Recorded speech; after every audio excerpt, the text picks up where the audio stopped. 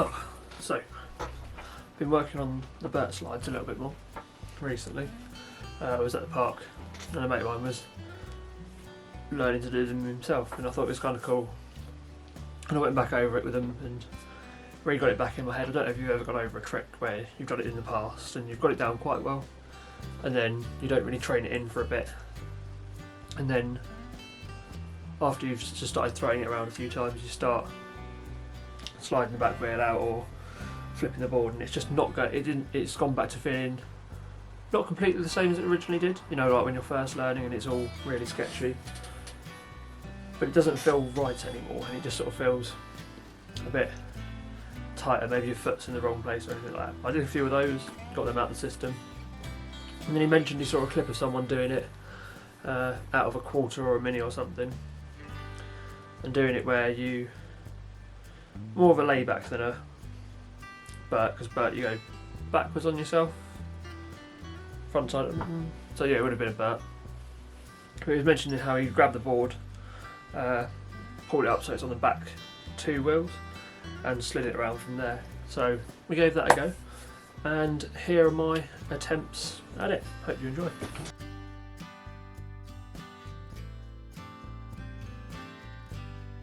Start doing this, or I start doing it, what would be backside, just to get the idea where my hand was going, and then I know that if I'd fall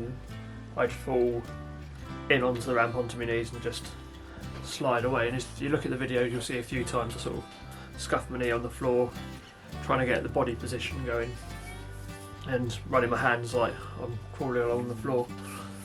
But that's more just to get the idea of how the move works. It's like more of like a theory of the skill, sort of working out that to do X you need to do Y. And I think we all, if you skate, learn through trial and error. So you get the feel of it, you sort of push your feet back onto the board, dig the heels in or toes in depending which side you're going. I'm feeling it swing round a bit. I'm feeling the board's back wheels lifting up, and I'm needing to push a little bit more on the back heel again, still like you do with Burts and laybacks, where you push into the pocket so the board pushes around a little bit, really into the wheels, and dragging that front foot forwards and down. Once I've got them comfortable, I then start trying the front side ones, which are still like Burts. You still feel that sort of kick out and gone, but it feels really odd to try to pull the hand in. You know, having the arm outstretched and the other hand pulling the board in towards the body, while still trying to kick the board out the back. So I end up going for more of a what would it be called? I'm not too sure, if you can remind me which one it is, but sort of front rail grab, nearer to the front would be my left wheel, front left wheel, and pulling the nose in a bit more, not quite on the nose because that would spin the back out too much. Yeah, I couldn't get that over the lip of the bank, but I then saw at Crystal Palace that you've got this little, what most people use as like a little grind rail, sort of grind bank curb sort of thing, where you can just ollie out of the bank onto it and back in. And I'd recently been practicing just riding off of it, or like, you know, to tail stall, not from the bank to tail stall, but I was going along tail stall and in, just building up the confidence to get in.